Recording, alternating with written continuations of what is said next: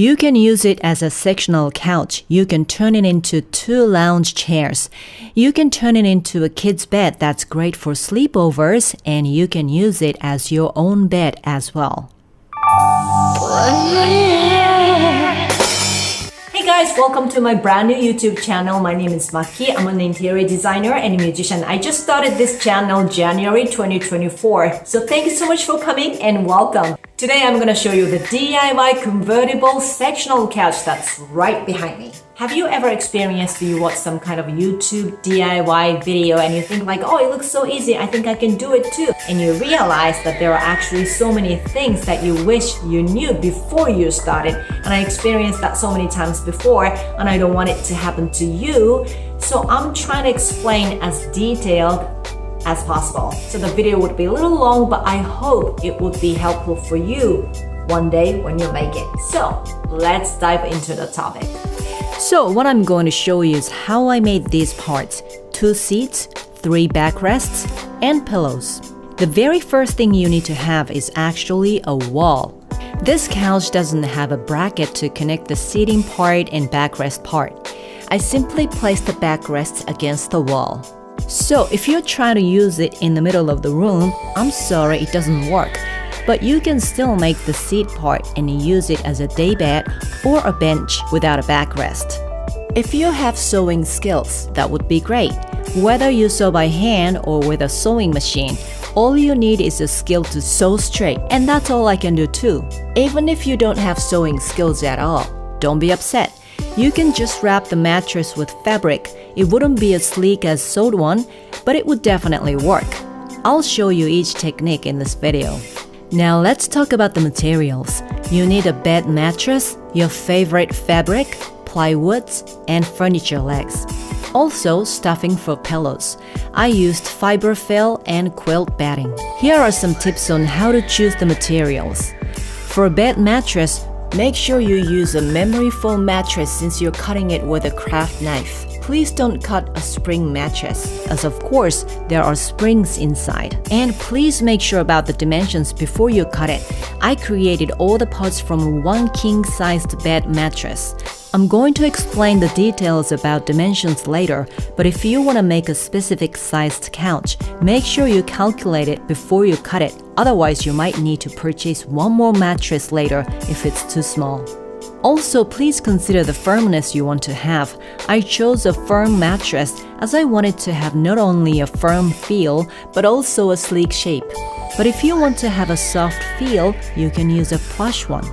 If you're using a firm mattress, please choose non-stretch fabric. But if you're using a plush mattress, I recommend you choose stretchy fabric as the shape changes every time you sit on it. A long time ago, I created this couch with a twin plush mattress with stretchy fabric. It was so soft and comfy. Everybody loved it and they all wanted to lie on it every time they came to my place. And whether you choose non-stretch or stretchy fabric, please make sure you purchase thick and good quality fabric. Please do not get a thin t-shirt knit fabric, as it could get stretched out quickly, and you definitely don't want to have many wrinkles on your couch. And also, you can get a sample at a fabric store and test if the fabric doesn't create pilling by rubbing or washing. If you happen to live in Los Angeles area, there is a fabric outlet store called Dorel in Fountain Valley. They specialize in home decorating fabrics, and that's where I purchased my fabric. I put the shop information down below. For plywood, make sure you choose perfectly straight one. As you know, when you go to Home Depot, they sometimes sell curved one. If you ask a shop staff, they should be able to get a better one for you. And the number of furniture legs I purchased was 12. That means 6 legs per seat. I definitely recommend putting legs in the middle for support. I put the link to the furniture legs I purchased down below. Now let's talk about the dimensions. Here are the dimensions of mattress. I made 3 backrests of the same size and 2 seats of the same size. As you can see, the length of the backrest is 30 inches, the height of the seat is also 30 inches, and the length of the seat is 60 inches. If you want your original dimensions, make sure the length of the seat is twice the length of the backrest and it's equal to the height of the seat. That way, when you put the two backrests and one seat together, they fit perfectly. And when you make them into two lounge chairs, they look good as they are the same size. And when you use them as a kid's bed, they fit perfectly as well. The height of the seat is 17 inches. You can decide your own height, but since the depth of the seat is pretty small, if the height is higher than that, it could look a little unbalanced. And here's the dimensions of plywood. It's basically the same as the seat. And these are the fabric parts you need for backrest when you are sewing. You need one front, one back, and 4 sides. You're making 3 backrests, so you need 3 sets of these. Cut each part slightly bigger. It's important to draw lines where exactly you're sewing. Make sure to draw lines on the wrong side of the fabric. If you're using stretchy fabric, make sure you measure the sides a bit smaller because you know it stretches. And these are the fabric parts you need for seat when you're sewing. You need 1 front and 4 sides. You're making 2 seats, so you need 2 sets of these. Again, don't forget to draw lines where exactly you are sewing. For the length of the sides, you have to add the thickness of plywood to the thickness of the mattress, and also add a few inches extra as you are wrapping the mattress and plywood together and stapling the fabric in the back side of the plywood. And for pillows, you just need the front and the back. I recommend you cut the fabric a little bigger than the backrest, as it doesn't have gusset and as you're putting the stuffing inside. Okay, so here is the mattress I bought on Amazon. I put the link down below. It's compressed, so I waited a half day until it got completely swollen. Then I peeled off the cover. There was another cover underneath, so I cut it and peeled it off as well. Then I drew the lines on the mattress with a marker. I put numbers of each part on the mattress so it's easy to see which part is which. Then I started cutting. The craft knife I used was not sharp enough and couldn't cut straight. I changed to another knife later I found on Amazon. They were pretty nice and sharp and also reasonable. Please check the link to the product down below. As you can see, the line doesn't look straight with the knife I had, so I had to redo it after I got the new knife. I placed the mattress on the floor to see how it looked, and the dimensions looked perfect. Then I measured the fabric and cut it. I put numbers of each part so it can match with the mattress. Now let me show you how to sew the fabric.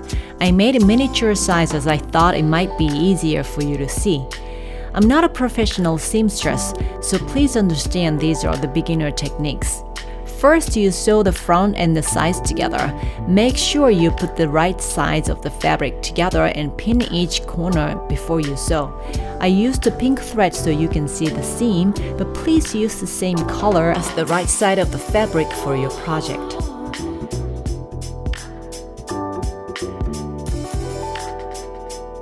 After you sew the front and all the sides together, sew the length of the sides and connect them together.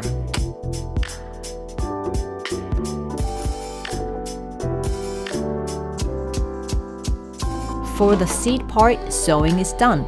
Turn the fabric inside out, then you are ready to use it for the next step. For the backrest part, you need to sew the back.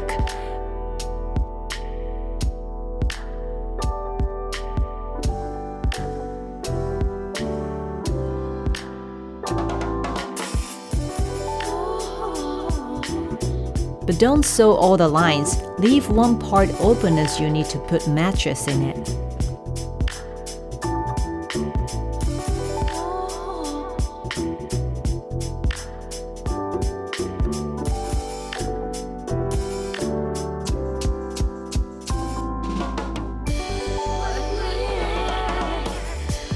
Making pillows is very simple. You just need the front and the back. Sew them together and turn it inside out. Don't forget to leave one side open, as you need to put fiber fill inside later. I sew all the parts with the sewing machine. Then I put the fabric on one of the seats. The size was perfect.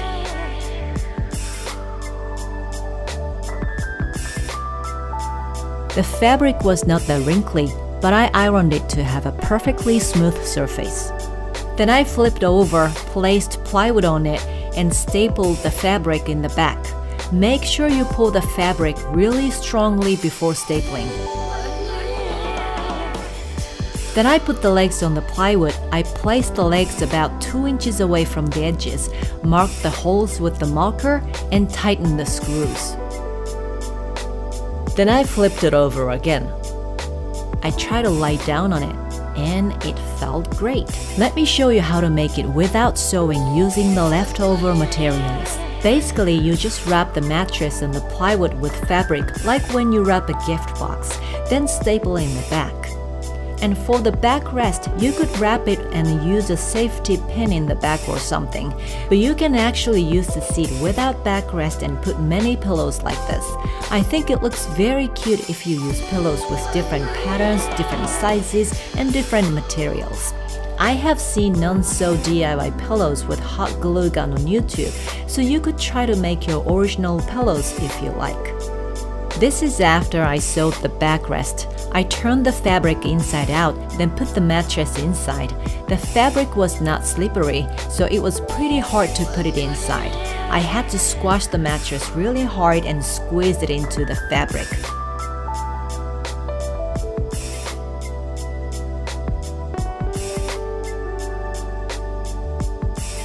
After that, I hand-stitched the open part. The edges were torn a bit as I pulled so much, so I hand-stitched the part as well. This is after I sewed the pillows. I turned the fabric inside out.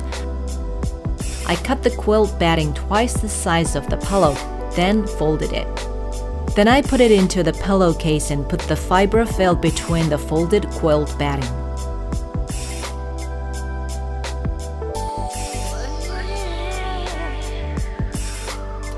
Make sure to put the fiber fill evenly. Don't put it too much but not too little either.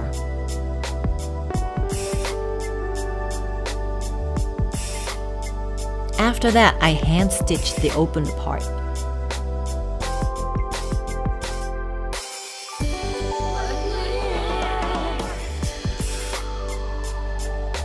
Finally, I made all the parts.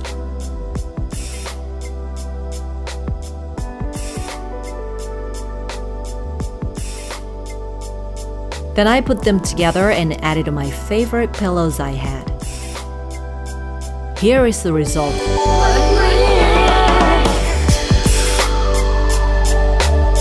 I really love it. I love that you can turn it into different shapes. It's not heavy, so it's pretty easy to move it around. That's my 8-year-old son and my amazing assistant right there. You can turn it into 2 lounge chairs for movie night. You can turn it into a kid's bed that's great for sleepovers.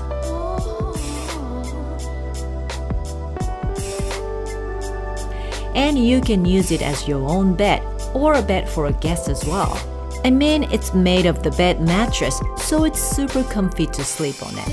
Alright, I really hope you liked the video, and if you did, please don't forget to hit the like button. And I'm trying to make videos of so many DIY stuff that I made in this house, so if you would like to watch it, please don't forget to subscribe to my channel. Since this is a brand new channel, I really appreciate your support. And I would love to thank to the people who watched the first video, liked it, subscribed to my channel, and left such lovely comments. It means the world to me, so thank you so much. And if you haven't watched the first one, I put the link down below, so please check it out. Alright, so thanks so much for watching again. I really hope you have a wonderful day, and I will see you in my next video. Bye!